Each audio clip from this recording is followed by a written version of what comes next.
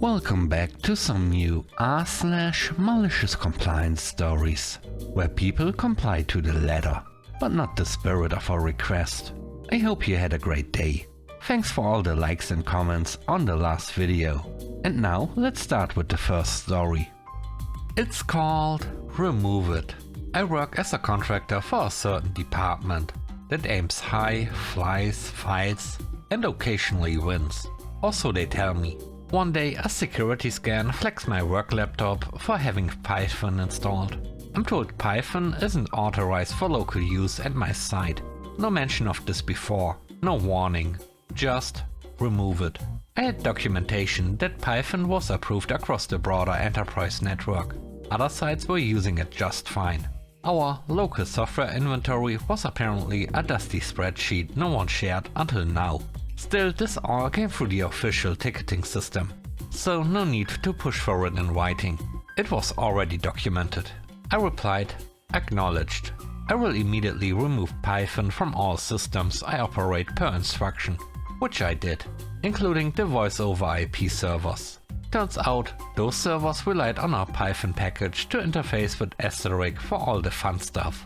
Call trees, teleconferences, emergency alerts, recordings, announcements, basically everything that made the phone smart.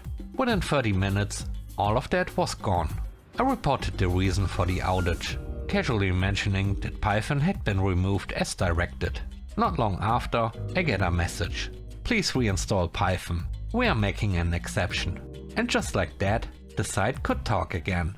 Short outage, loud message. Compliance achieved.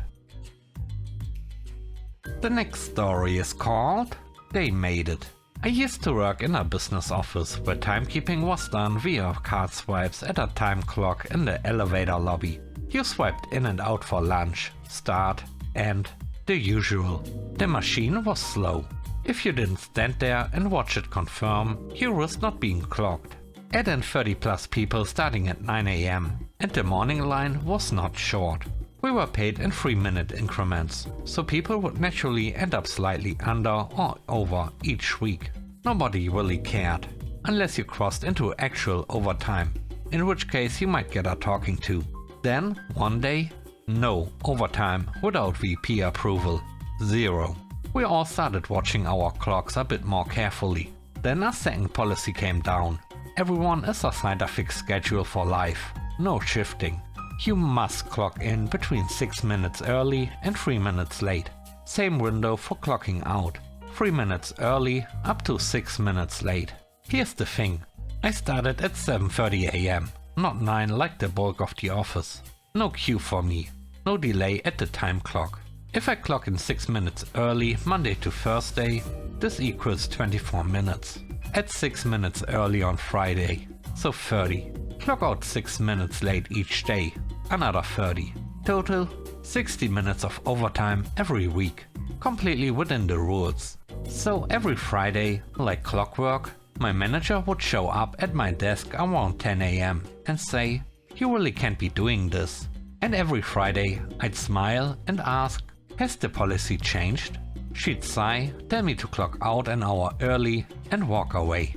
We did this dance for 3 years. I followed the rules. They made the rules. I just knew how to count. The third story is called Time Off Request. A few years back I was working on a long-term contract. 8 years. That was finally winding down. Redundancy was clearly on the horizon. And rather than scramble to find a new position, I ran the numbers and realized I'd be better off financially if I just waited for the layoff and took the severance package. Meanwhile, my manager had other ideas. They started taking extended time off and eventually just left. Administrative tasks were being neglected, and the office slowly emptied as others moved on. I had quite a bit of annual leave saved up, so I figured, why not take a vacation? I used the HR system to book 2 weeks off. I informed everyone I could, marked it on the team calendar. But with no boss around to click approve, the request just sat there in limbo. I went on my holiday, came back, and everything was fine. Fast forward to the final weeks of the contract.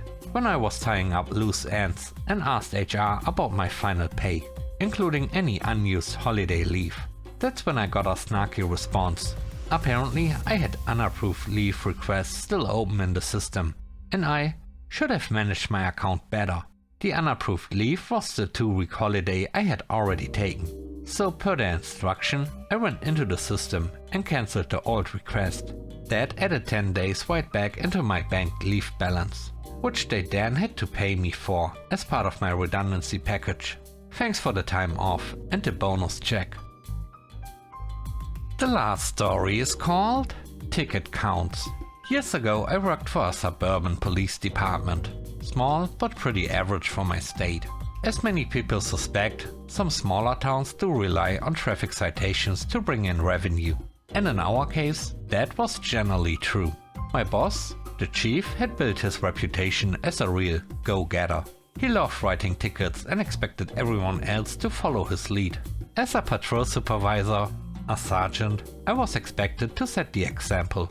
One month I got called in for a talk about my low stats. Officially, they can tell officers to write a certain number of tickets. That would be a quota, which is illegal, but they can measure performance based on overall contexts, meaning stops, citations, warnings, and arrests. At the time I was writing around 20 tickets or warnings per month, while others were doing 70 to 150. But writing tickets just to meet a number didn't sit right with me. I didn't become a police officer to act like a cash register, and I wasn't comfortable making someone choose between paying a fine for a busted headlight or buying groceries. Still, I was told I needed to improve my contacts. Yes sir, I said, knowing exactly what he meant, but also knowing what he'd said. So I complied. That month I made around 40 stops. Every single one got a written warning. No tickets, no revenue. Just improved contacts, as instructed. Next month the stats were posted on the department's infamous Wall of Shame, and I was called into the chief's office again. "You wrote 40 warnings and no tickets," he said. "Yes sir, that's about right. And none of those deserved a ticket?" I used officer discretion. In my judgment, no, none of them did. He was visibly frustrated and said, "I know the game you are playing." "I'm not playing a game," I told him. "You said my contacts needed to improve. Did they or did they not improve over the previous month?" "Oh yeah, they improved alright," he muttered. That was the last time I was pressured about stats or ticket counts. Thanks for watching the video to the end. I hope you enjoyed it. If you did, please don't forget to leave a like, comment and subscribe. And if you have time, watch another one of my videos. Also, if you want to support me further, check out the channel membership or Patreon. And now, I hope you have a great day. See you soon. Bye bye.